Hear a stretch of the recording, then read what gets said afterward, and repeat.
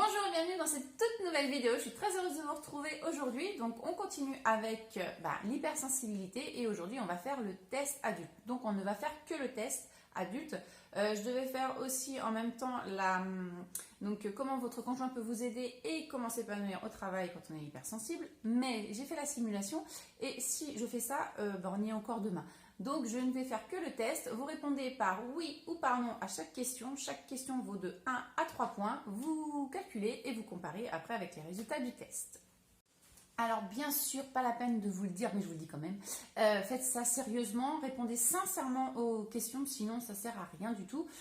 J'ai mis beaucoup de temps à faire cette vidéo parce qu'en fait, à chaque question, je voulais pas juste poser des questions, je voulais vous expliquer aussi à quoi ça correspond, vous donner des exemples en fait à chaque question. Donc voilà, c'est parti, on y va. Alors, on va commencer directement avec la première. Donc, est-ce que vous avez donc une grande empathie émotionnelle? Je dis bien une grande empathie, car nous avons tous plus ou moins de l'empathie pour les autres. Si vous en êtes dépourvu, soit vous êtes de grands égoïstes, soit vous êtes narcissique ou pervers. Donc, si vous êtes doté d'une grande empathie, c'est-à-dire que vous avez la capacité à ressentir les émotions des autres, tout vous touche, le malheur des uns comme le bonheur des autres. Vous êtes de vraies éponges émotionnelles, quoi. Donc, si vous fondez en larmes devant Stéphane Plaza quand il arrive à vendre une maison et que le couple est heureux, ou si vous voyez un enfant jouer avec son grand-père et que là aussi vous avez une petite larmichette, ou si vous voyez un chat qui joue avec une souris, même si vous avez une peur bleue des souris, et que vous faites tout pour qu'elle s'en sorte, parce que vous imaginez ce qu'elle peut ressentir, il y a de fortes chances que vous soyez hyper empathique. Alors, les hypersensibles captent donc les signes de détresse et d'inconfort présents et futurs chez les personnes qu'ils côtoient ou qu'ils ne côtoient pas. Hein. Ils adoptent donc une attitude bienveillante et prévenante. Ils font passer les autres avant eux. Cette capacité permet d'être de grands médiateurs puisqu'ils comprennent les ressentis de chacun et pourront donc résoudre plus facilement les problèmes et conflits. De plus, ils sont dotés d'une grande capacité d'écoute. En conséquence, ils accordent une très grande importance aux qualités des relations humaines qu'ils vivent avec les autres, ainsi qu'à la profondeur et à la sincérité de ces relations. Ils peuvent être profondément affectés par des trahisons, de la tristesse perçue chez les autres, des pertes relationnelles par exemple, suite à une séparation d'amis. Donc là, si vous êtes hyper empathique, vous mettez 3 points. Deuxième. Alors, du coup, en étant plus empathiques, ils sont donc plus susceptibles. Donc, est-ce que vous êtes plus susceptible? Il est très fréquent pour un hypersensible d'interpréter de simples remarques comme des reproches. Ces personnes sont très sensibles au poids des mots, des propos qu'un tiers pourra trouver anodins et oublier presque instantanément vont au contraire être ressassés par l'hypersensible qui risque de prendre personnellement ce qu'on lui a dit. C'est pourquoi il est important lorsque l'on vit avec un hypersensible de bien choisir ses mots et d'y mettre les formes, car il place l'émotion avant tout.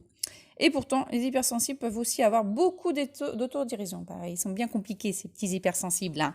Donc là, vous mettez 1 point. 3. Vous pleurez souvent en regardant un film ou si une personne gagne un jeu télévisé. Alors, vous ne pleurez pas parce que vous êtes jaloux de ne pas avoir gagné à sa place, mais parce que vous êtes sincèrement heureux pour elle. Ou même en regardant un dessin animé, on peut pleurer aussi si quelqu'un... Bambi, quoi, c'est triste aussi. Le fait de pleurer permet d'évacuer des émotions comme le stress, l'angoisse et la tristesse, alors on ne s'empêche pas de pleurer. Nous libérons de l'adrénaline et de la noradrénaline, les hormones qui permettent au corps de rentrer dans un état de relaxation et de soulagement. L'ocytocine, de son côté, favorise la tranquillité. C'est la raison pour laquelle, après avoir pleuré, nous ressentons un repos semblable à celui que nous ressentons en sortant de la douche. Là, donc, c'est 2 points. 4. Vous détestez le mensonge, d'ailleurs vous le détectez facilement en analysant les faits et gestes de vos interlocuteurs. 2 points. 5.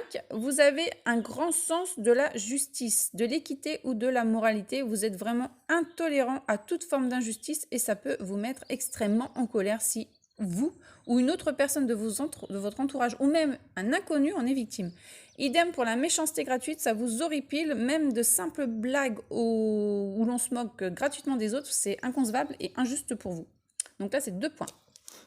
6e question, donc vous avez une surstimulation à l'un des 5 sens ou aux 5 sens, donc la synesthésie, c'est-à-dire que vous n'avez aucun filtre pour éviter la surcharge sensorielle, elle peut n'affecter qu'un seul sens ou tous est concerné, donc je vous disais, donc là c'est 2 points si vous avez ça. Donc pour exemple, l'ouïe, du côté de l'ouïe, donc il y a des bruits, des sons qui sont désagréables et deviennent insupportables comme les crissements, les grincements, les alarmes, les bruits de mastication, les cris. Les bruits répétitifs peuvent donc devenir une source de stress et d'anxiété dans certains contextes comme le tic-tac d'une horloge ou d'une montre. Alors oui, je sais, nous sommes tous plus ou moins comme ça, mais les hypersensibles, c'est comme si vous aviez des appareils à ultrasons pour les rongeurs dans une maison et bah voilà, ils les détestent et ils les fuient. Donc c'est à peu près la même chose. Ensuite, pour le goût, les personnes hypersensibles sont très souvent sujettes aux allergies alimentaires. Vous pouvez très bien être intolérant à un type d'aliment, par exemple le gluten ou les laitages, sans forcément vous en rendre compte. Certains hypersensibles sont réactifs à la nourriture. Certains chocolats vont leur piquer la gorge, par exemple. Il faut faire attention aussi aux boissons chaudes ou froides. Il faut privilégier l'eau à température ambiante plutôt que de l'eau froide, par exemple, car le froid perturbe notre système nerveux et digestif. Et la sensation de faim et de soif peut être source de stress et d'anxiété chez les hypersensibles. Ensuite, l'odorat.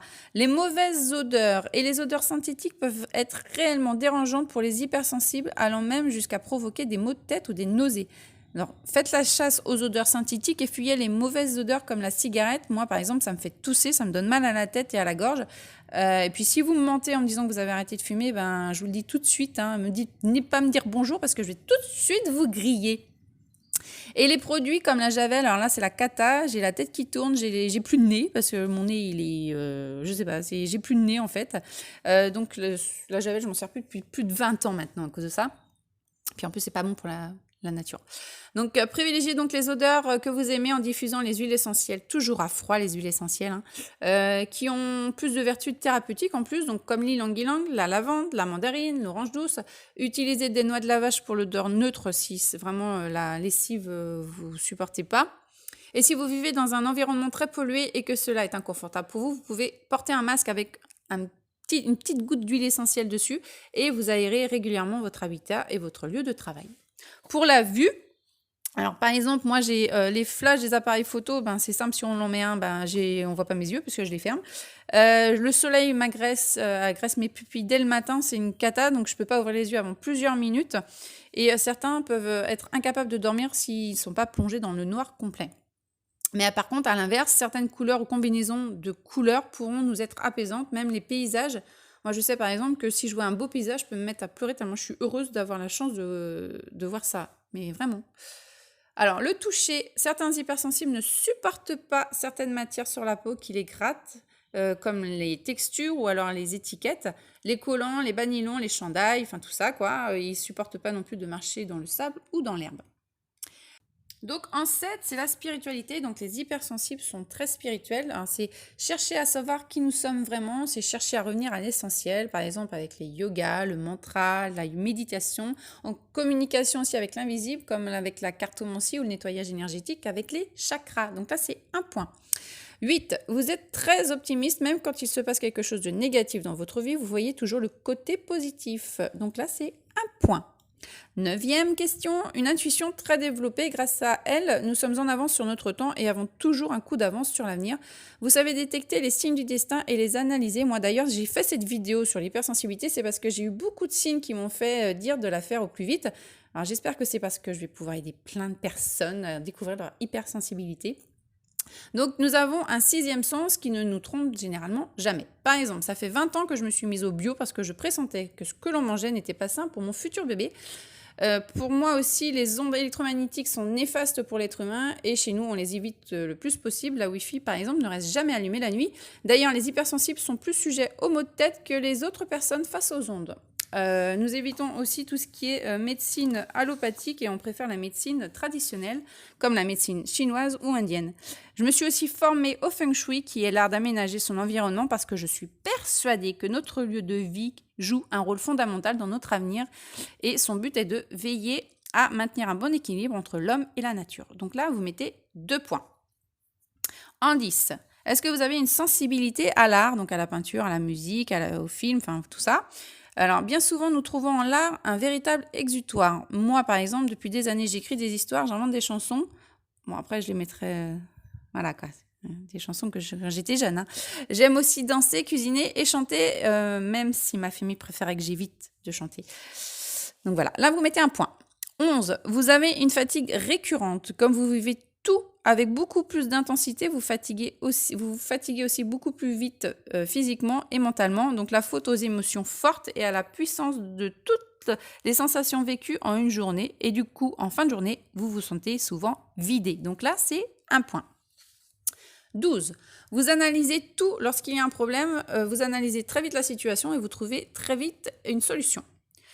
Hélène Aron a conclu dans ses études que les personnes hypersensibles réfléchissent plus en profondeur, analysent les problèmes dans leur globalité, savent comment utiliser leurs informations sensorielles. Ils portent une grande attention aux détails, s'arrêtent sur les situations non familières pour observer et réfléchir avant d'agir. Donc là, c'est un point. 13. Une pensée en arborescence, c'est-à-dire que vous avez une idée qui en amène une autre, etc., jusqu'à même perdre des fois l'idée de départ. Vous ne pouvez pas vous empêcher de penser, vous avez toujours énormément d'idées qui vous passent par la tête. Moi, par exemple, même en lisant, vous pouvez... même en lisant, en fait, je pense à plein de choses qui me passent par la tête à chaque fois, quoi. J'arrive jamais à ne penser à rien quand je lis. Mais je comprends ce que je lis, hein. Donc là, c'est un point. 14. Vous êtes l'infirmier de la famille, toujours à vous inquiéter pour les autres. Vous voulez que les gens autour de vous se sentent bien, même les inconnus, hein, et qu'ils soient heureux, quitte à vous oublier vous-même. Donc là, c'est un point. 15. Vous avez un total manque de confiance en vous. Moi par exemple, je marche toujours la tête baissée dans la rue. J'arrive pas à lever la tête, à regarder les gens. Je cherche toujours à expliquer mes actes et je me rabaisse constamment. Alors j'ai appris depuis à gérer tout ça grâce à ma famille qui m'a appris à reprendre confiance en moi. Ensuite, 16. Vous êtes perfectionniste, vous avez une immense capacité logistique permettant d'organiser avec efficacité les tâches et les missions à accomplir, donc sur le plan personnel comme professionnel. Donc là, c'est un point. 17. Vous avez besoin de donner un sens à votre vie, ce qui donne une existence très riche et profonde. Cette quête nous pousse à découvrir qui l'on est au plus profond de nous-mêmes. Vous avez toujours plein de projets en tête, des livres à lire et des choses à apprendre. Un point. 18. Vous parlez très vite comme si vous aviez peur de ne jamais avoir le temps ou d'oublier ce que vous alliez dire. Un point. 19. Vous vous émerveillez de peu de choses. Un oiseau qui se pose sur le rebord d'une fenêtre, un coucher de soleil, une fleur dans un champ vide. Oui, ça m'est arrivé aussi de m'émerveiller là-dessus. Vous êtes capable de les observer plusieurs minutes sans bouger. 2 points. 20. Vous détestez les films violents ou pire, les films d'horreur. Alors même moi, si je les regarde pas, je supporte pas d'entendre des gens qui hurlent de douleur, qui crient de désespoir ou je ne sais quelle chose de méchant pas gentil. Voilà, un point. 21, donc vous détestez les conflits et la compétition. Moi, par exemple, j'ai jamais eu besoin de gagner un jeu de société ou quoi que ce soit d'autre. D'ailleurs, je déteste les conflits. J'ai toujours fait en sorte de les éviter en parlant beaucoup, rien de tel qu'une bonne explication calme pour résoudre un problème. Les hypersensibles, par exemple, ne connaissent pas la compétition. Un point. 22. Vous détestez faire comme les autres, vous voulez garder votre statut d'unique. Un point. 23. Vous cherchez l'authenticité, vous détestez tout ce qui est bling-bling, que ce soit pour les gens ou les objets. Un point. 24. Vous êtes altruiste. Moi, j'ai besoin de me sentir utile, d'aider et de défendre les autres. C'est une façon qui me permet d'être heureuse. Donc là, c'est 2 points. 25. Grande capacité d'introspection, c'est la capacité à se contempler, à réfléchir sur soi, son comportement, ses envies et ses émotions. Il s'agit d'être honnête envers soi-même et d'analyser ses pensées et son comportement sans jugement. En plus simple, c'est savoir se remettre en question. Donc là, c'est un point. 26. Vous vous sentez en décalage par rapport aux autres dans votre façon de penser, de voir le monde ou dans vos relations avec les autres. Les gens ne comprennent pas votre façon de vivre et n'adhèrent pas à vos idées. Donc là, c'est 2 points. 27. Les hypersensibles ont la capacité de renaître de leurs cendres. Ils ont une grande capacité pour se relever après des périodes difficiles, au grand étonnement de ceux qui les entourent, par exemple lors d'une rupture. Donc là, c'est 1 point. 28e question. L'amour de la nature et la planète. Alors là, je dirais, c'est plus quoi. Hein. Nous voulons la protéger, la valoriser, l'embellir. Nous avons de fortes valeurs écologiques. Nous voulons rendre un monde meilleur pour les autres générations. La nature est notre plus grand ami. C'est un véritable endroit où les hypersensibles peuvent se ressourcer, recharger leur batterie et se nettoyer au niveau énergétique. C'est un besoin vital. Par exemple, ça ne va pas nous déranger de faire des câlins aux arbres. Donc là, c'est 1 point. 29. On arrive au bout. Besoin d'isolement. Donc pour s'apaiser face aux multiples stimulations du monde, les hypersensibles ont besoin de s'isoler régulièrement. Donc là, c'est 1 point. Et la 30e, grande capacité à s'adapter. Les personnes hypersensibles ont souvent la capacité de s'intégrer rapidement dans les nouvelles cultures. Ils vont avoir une curiosité naturelle pour les autres. Cette qualité en fait des personnes ouvertes, désireuses d'apprendre de nouvelles cultures. Donc là, c'est un point. Donc là, maintenant, vous faites le total. Si vous avez obtenu au moins 28 oui, c'est ce que vous êtes certainement hypersensible. Alors maintenant, je vais vous parler de 5 livres, donc si vous voulez approfondir le sujet de l'hypersensibilité. Donc on commence avec Hypersensible de la culpabilité à la bienveillance, parce que, en fait, j'ai oublié de vous le dire, mais on a énormément de culpabilité, de honte pour les autres, alors que des fois, on n'a strictement rien à voir dans le truc, quoi. Et on peut s'en rendre même très malade pour les autres. C'est un truc de ouf, quoi. Mon hypersensibilité et ma force, donc ça, c'est un petit carnet. Donc c'est pour faire une introspection sur vous. Il y a plusieurs petites questions. Donc on va vous demander par exemple là mes plus grandes peurs. Donc vous notez vos plus grandes peurs. Et ensuite à côté, qu'est-ce qui pourrait la dissiper à côté. Donc voilà. Donc c'est pas mal. C'est un petit carnet qui est sympa. Ensuite on a hypersensible de Elena Aron. Donc Elena Aron, je vous en parle un petit peu dans le test. Donc c'est hypersensible, mieux se comprendre pour mieux s'accepter. Celui-là est extrêmement complet, hein, comme vous pouvez le voir. Après, on a de Fabrice Midal, donc suis-je hypersensible? Donc c'est pareil, celui-là ici est très complet. En fait, chaque livre va se compléter encore plus à chaque fois. C'est pour ça que j'ai mis beaucoup de temps à faire ce test. Et ensuite, de Carole Pirotte, êtes-vous ultra sensible? Donc celui-là, c'est mon préféré. Je trouve qu'il est hyper concis, très précis, enfin complet, quoi. J'adore. Donc voilà, donc si jamais vous avez fait ce test et grâce à ce test vous vous êtes rendu compte que vous étiez hypersensible, s'il vous plaît dites-le moi, j'adorerais savoir que j'ai pu aider quelqu'un. Donc voilà, sur ce je vous laisse, je vous dis à la prochaine vidéo. Donc la prochaine vidéo sera donc comment puis-je aider mon conjoint qui est hypersensible et comment s'épanouir au travail en étant hypersensible. Donc voilà, bisous bisous, je vous dis à la prochaine, salut.